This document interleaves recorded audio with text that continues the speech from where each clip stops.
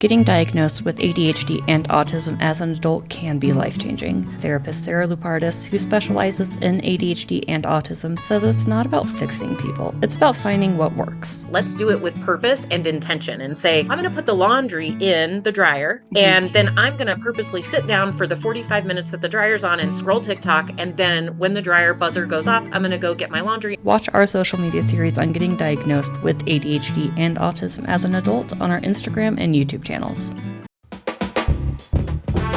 From Boise State Public Radio, this is The Connector. It's Idaho's Daily News. Good morning. I'm George Prentice. This morning, we have plenty of stories for you, including a recap of how a number of cemeteries across the region memorialized yesterday's holiday. We'll tell you about a local school district offering mobile pediatric health care to its students starting next year. Plus, by the end of this summer, there will be one fewer Red Cross blood donation centers in Idaho. It is Tuesday, the 27th of May, and here come today's stories. Memorial Day 2025, and ceremonies were held across the region Monday to honor and mourn fallen military service members. Here in Idaho, state and local cemeteries were filled with flowers and American flags. Cemeteries such as Boise's Morris Hill Cemetery held public observances.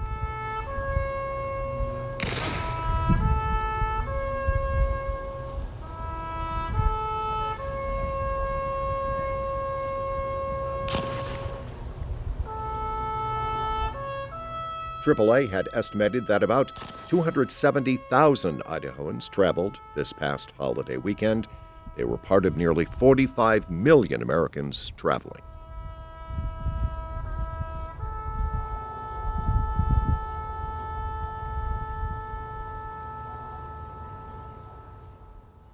Public safety officials continue to keep a close watch on the Boise River. It is still running cold and fast, and floating system has yet to begin. Jackson Holmes has more on the current conditions. Warmer weather in the Treasure Valley may sound like a good opportunity to cool off in the Boise River, but Float the Boise is reminding Boiseans the river is not yet safe for recreation. Downed trees, debris, and fluctuating river flow rates pose significant threats to floating the river. Prior to the start of the official float season, Boise Fire must remove obstacles from the river. As snowmelt and irrigation continue to impact river conditions, the necessary hazard mitigation hasn't been completed. The Boise River float season opened on June 27th last year, and the date for the beginning of the 2025 float season will be announced as soon as conditions permit. Throughout the season, Float the Boise recommends keeping up with river conditions to keep yourself safe. Jackson Holmes, Boise State Public Radio News.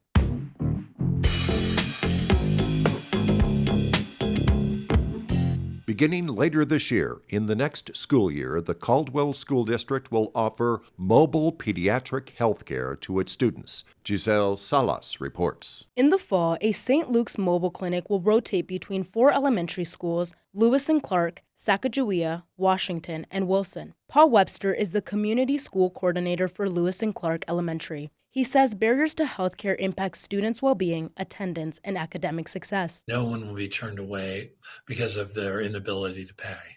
So they'll take all insurances, they'll take Medicaid, but they will also take a family who's uninsured and set up a payment plan or just figure things out. The mobile clinic will offer immunizations for free. Other services will be billed through insurance. Families without coverage can receive financial aid. The school district reports 58% of students' families face financial hardship. St. Luke's Mobile Care Dr. Noreen Womack says over 33% of the clinic's services address children's mental health needs. We didn't know that going in, but we all know that there's been an increase in the incidence of anxiety, depression, and not just in teenagers, but preteens as well. And we've certainly seen that in our clinics. St. Luke's also provides individual counseling to students at certain schools. The U.S. Census Bureau reports more than 25% of households in Caldwell are non-income English speaking. We also have language services in our clinic, and so really any language that we need, we have both video and phone language lines set up. All Caldwell School District students and their preschool-aged siblings can access the mobile clinic. Giselle Salas, Boise State Public Radio News. There are currently 5 Red Cross blood donation centers in Idaho, but before this summer is out, there will be one fewer. After serving north central Idaho for nearly 3 decades, the Lewiston Red Cross Blood Donation Center is closing come August 2nd. Rachel Sun is with Northwest Public Broadcasting. The Red Cross says the center isn't cost efficient.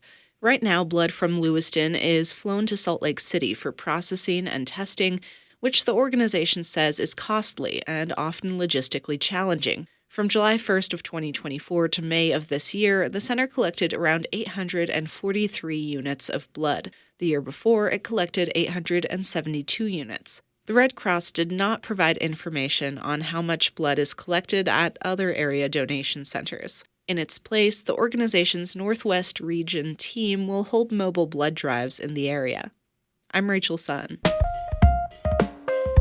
Today, Idaho officials consider possible changes to the rules governing grizzly bear and wolf depredation. Idaho code allows compensation to ranchers who have lost livestock to grizzly bears or wolves.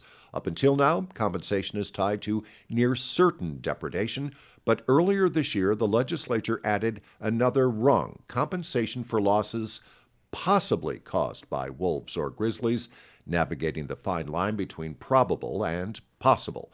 Today, Department of Ag officials, industry professionals, and stakeholders will all be a part of a negotiated rulemaking meeting at the Department of Ag headquarters in Boise that gets underway at 10 a.m.